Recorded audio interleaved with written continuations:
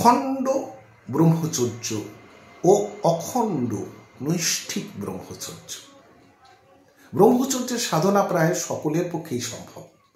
স্বামী স্বরূপানন্দ পরমহংসদেব বলেন, যিনি যতটুকু ব্রহ্মচর্যের সাধনা করেন তিনি ততটুকুই লাভবান হন, সমাজ ততটুকুই উন্নত হয়।